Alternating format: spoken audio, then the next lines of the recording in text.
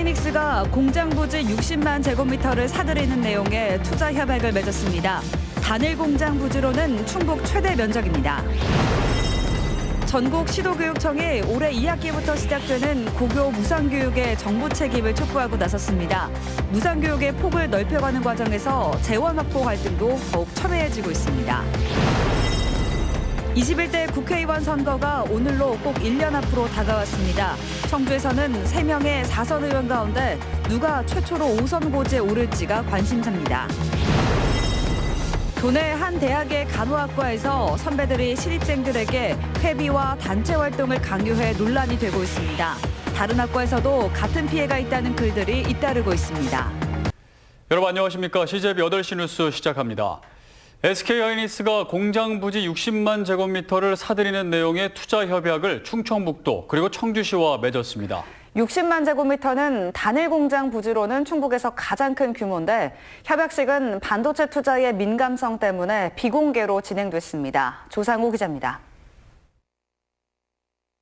SK하이닉스가 청주의 낸드 플래시 추가 투자를 위해 공장 부지를 선점하는 투자 협약을 체결했습니다. 충북도청에서 열린 투자 협약식에는 이시종 지사와 한범덕 청주시장이 참석한 가운데 SK하이닉스 쪽에서는 이석희 대표가 직접 참석했습니다. 하지만 협약식은 비공개로 진행됐습니다.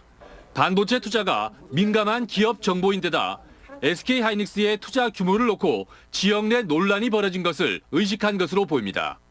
SK하이닉스는 지난 2월 경기도 용인 반도체 클러스터 투자 발표 당시 청주 투자 계획도 언급했는데 이번 협약은 당시 발표를 실행에 옮기는 것입니다.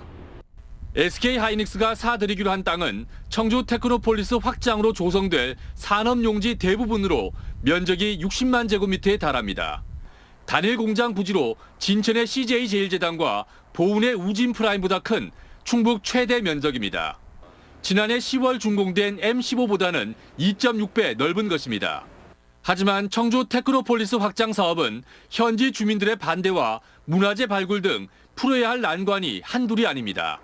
청주의 사상 최대 규모의 기업 투자를 현실화시키기 위해선 청주 테크노폴리스 확장을 차질 없이 추진하는 게 중요합니다. CJB 뉴스 조상우입니다. 전국 시도교육청이 올해 2학기부터 시행되는 고교 무상교육의 정부 책임을 촉구하고 나서면서 갈등이 커지고 있습니다. 여기에 연말이면 누리과정에 대한 국비 지원도 종료될 예정이어서 도교육청은 재원 마련에 걱정이 큰 상황입니다. 조용관 기자가 취재했습니다. 청주의 한 사립유치원입니다. 만 3살에서 5살 사이 원아 1명당 운영 지원비와 방과 후 활동비로 월 29만 원의 누리과정 예산을 지원받고 있습니다. 학부모 부담금이 이제 완전히 줄어드는 거죠, 사실은요. 누리과정비가 나오면서. 어린이집 역시 월 29만 원, 공립유치원 지원액은 월 11만 원입니다. 모든 예산은 전액 국비가 투입됩니다. 하지만 전 정부 당시 시도교육청과의 극한 대치 끝에 제정된 유아교육 지원 특별회계법이 올해 말로 3년의 시효가 끝납니다. 대안 없이 국비 지원이 끊기면 전국적으로는 3조 8천억 원, 충북교육청은 당장 내년부터 1,169억 원을 마련해야 합니다.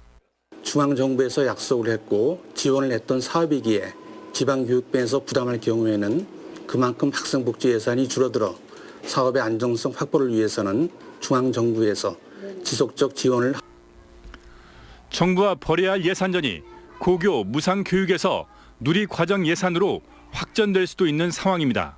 저희 부처가 지금 협의 계속 진행 중이고요. 아직 정확히 정해진 건 없습니다. 무상급식에 이어 무상교육 그리고 누리과정까지 학부모 부담을 줄이기 위한 무상교육의 폭을 넓혀가는 과정에서 재원 확보 갈등도 더욱 첨예해지고 있습니다. CJB 뉴스 조윤광입니다.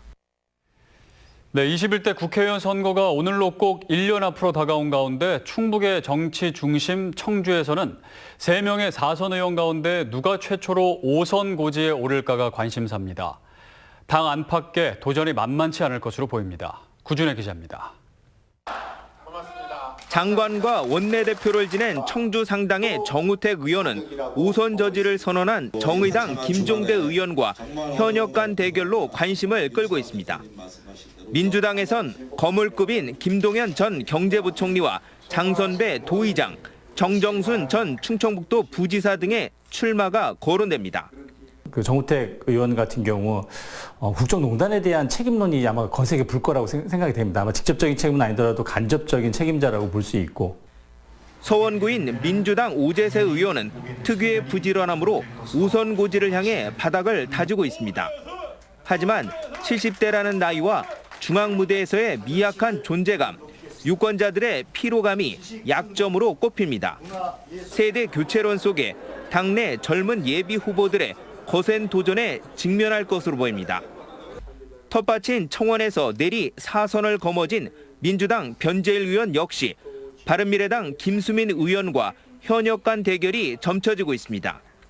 인지도 면에서 당 안팎의 예비 후보들을 앞서지만 70대라는 나이와 임기중 도의원의 재판 결과가 변수로 떠올랐습니다. 당의 지지율, 대통령의 국정운영 지지율이 지금처럼 답보 상태이거나 더 하락할 경우에는 새 인물에 대한 요구가 더 거세게 일어날 것으로 볼 수 있습니다. 연동형 비례제와 보수 대통합 등 정계 개편 움직임도 변수가 될 전망입니다. 오선 도전과 맞물려 현재 민주당 셋, 한국당 한 명인 청주 지역 국회의원의 정당 비율이 어떤 변화를 맞을지도 주목됩니다. CJB 뉴스 구준혜입니다. 신입생들에게 근거도 없는 회비를 받고 단체 활동을 강요하는 일을 전통이라고 말할 수 있을까요? 제천 모 대학 간호학과의 선배들이 한 일인데 이른바 태움이라는 고난의 길은 대학 첫걸음부터 시작되는 겁니다. 이태현 기자가 취재했습니다. 한 대학 간호학과 신입생들은 입학과 동시에 40만 원의 학생회비를 강요받았습니다. 절반은 MT 비용이지만 참가를 원하지 않는 학생의 뜻은 반영되지 않았습니다. 회비 중 10만 원은 졸업생 선물 구입 비용이라는데 지난해에는 선배들이 원한다는 이유로 현금을 지급했습니다. 그러니까 예를 들어서 제가 안 냈잖아요. 그러면은 뭐 안 내신 분들 손드세요 하고 손을 들어요. 왜 안 내셨어요? 라고 대놓고 그 자리에서 물어봐요. 그럼 그냥 쟤는 안 냈네 하고 우린 냈는데 하고 낙인을 찍히는 그런 거잖아요. 학과 규율을 핑계로 한 괴롭힘도 계속됐습니다. 신입생들은 대여섯 명의 정해진 선배들에게 인사 문자를 남겨야 했고 나이팅게일 선서식이나 체육대회 등의 각종 행사 때에는 한 명도 빠짐없이 강제 동원됐습니다. 주중에 모이는 시간이 너무 많아서 제가 주말로 옮겼거든요. 주말에는 내려가야 되는데 그러지도 못하는 상황이니까. 학교 측은 사과문을 내걸고 진상조사에 착수했습니다. 저희 교수님들도 마찬가지고 졸업선배 관련된 것들 대시즌 학생회비를 줄이는 것은 다 같은 의견입니다. 한편 SNS에 이 같은 폭로글이 올라온 뒤 다른 학과에서도 같은 피해 사례가 있다는 댓글이 이어지고 있습니다. CJB 뉴스 이태현입니다. 청주시 의회에 미세먼지 원인과 실태 파악을 위한 특별위원회가 만들어질 전망입니다. 이영신 시의원이 대표 발의한 특위에는 전체 시의원의 절반이 넘는 27명의 찬성 의사를 밝혔으며 소각장 인허가의 적절성, 미세먼지 배출 사업장에 대한 관리 실태, 저감 대책 등을 놓고 오는 6월 30일까지 한시적 활동에 들어갑니다.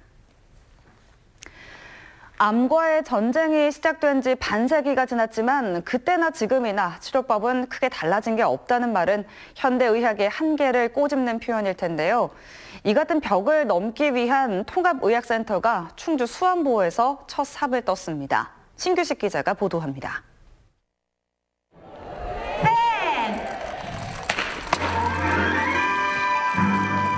중부권 통합의학센터는 사업비 283억 원, 병상 140개를 갖춘 국내 최대 규모의 통합의료 시설입니다.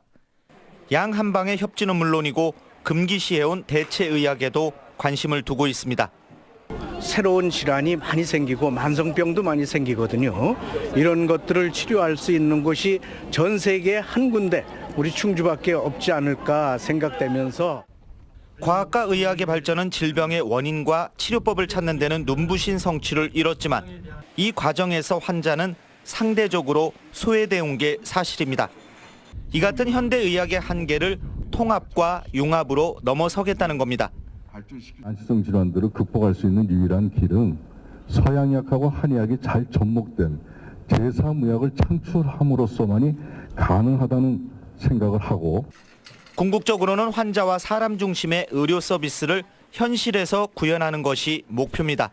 하드웨어가 먼저가 아니고 그런 프로그램이 먼저였죠. 그 프로그램을 여기다 구현을 하면은 큰 문제 없이 잘 정착될 거라고 봅니다.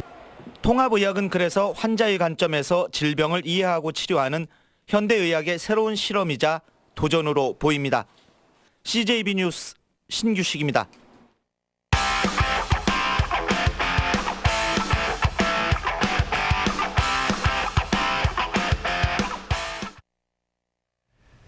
최근 청주시가 교통안전지수 평가에서 전국 꼴찌 수준을 기록했습니다. 청주 시민들의 교통의식 개선을 위한 다양한 노력이 필요해 보입니다. 박원 기자가 보도합니다.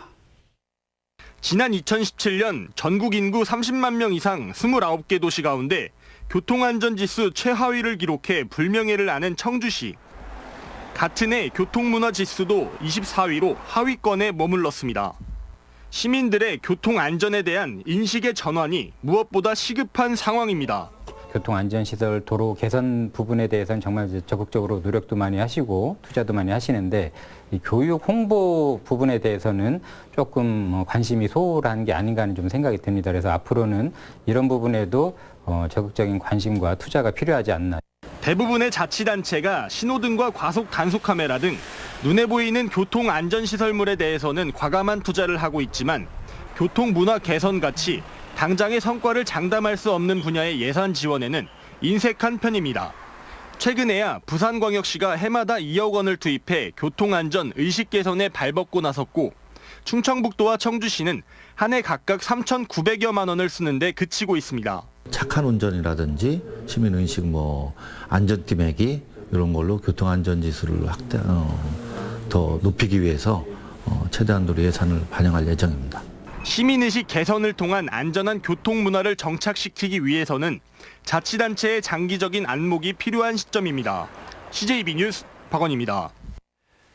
충북 지역 수출이 넉 달 연속 감소세를 이어갔지만 감소폭은 줄어들었습니다. 청주세관에 따르면 지난달 충북의 수출액은 19억 7,600만 달러로 전년 동월 대비 2.9% 감소하며 지난해 12월 이후 넉 달째 하락했습니다. 하지만 반도체 수출 감소세가 완화되면서 전체 수출 감소폭은 한 달 전의 3분의 1 수준으로 축소됐습니다. SKC 주식회사는 오늘 진천군 진천상공회의소와 업무협약을 체결하고 신소재 관련 연구개발 인프라를 관내 중소기업에게 개방하겠다고 밝혔습니다. 오늘 협약으로 진천군 관내 12개 중소기업은 SKC가 보유한 반도체, 화학, 필름 등의 분석 장비 활용을 지원받아 자사 제품의 연구개발에 활용할 수 있게 됐습니다. 청주시 오송읍에서 여학생 2명을 잇따라 납치하려고 시도한 39살 장 씨가 결국 구속됐습니다. 청주지방법원은 오늘 미성년자 약취 유인 미수 혐의를 받고 있는 장 씨에 대해 도주와 증거인멸의 우려가 있다며 구속영장을 발부했습니다. 충북지방경찰청은 제작을 의뢰한 성매매 사이트가 마음에 들지 않는다며 웹사이트 제작자를 협박한 조직폭력배 4명을 구속했습니다. 이들은 지난 12일 청주의 한 길거리에서 웹사이트 제작자에게 성매매 사이트 제작비 500만 원을 반환하라며 차량 유리창을 부수며 협박한 혐의를 받고 있습니다. 오늘 오후 3시 40분쯤 청주시 미원면의 한 야산에서 불이 나 임야 0.1헥타르가 소실됐습니다. 소방당국은 등산객이 부주의로 버린 담뱃불이 산불로 이어졌을 가능성이 높은 것으로 보고 정확한 화재 원인을 조사하고 있습니다. 제천시의회가 개원 28주년을 맞아 지역 인재 양성을 위해 장학금을 기탁했습니다. 이상으로 CJB 8시 뉴스를 모두 마칩니다. 시청해주신 여러분 고맙습니다.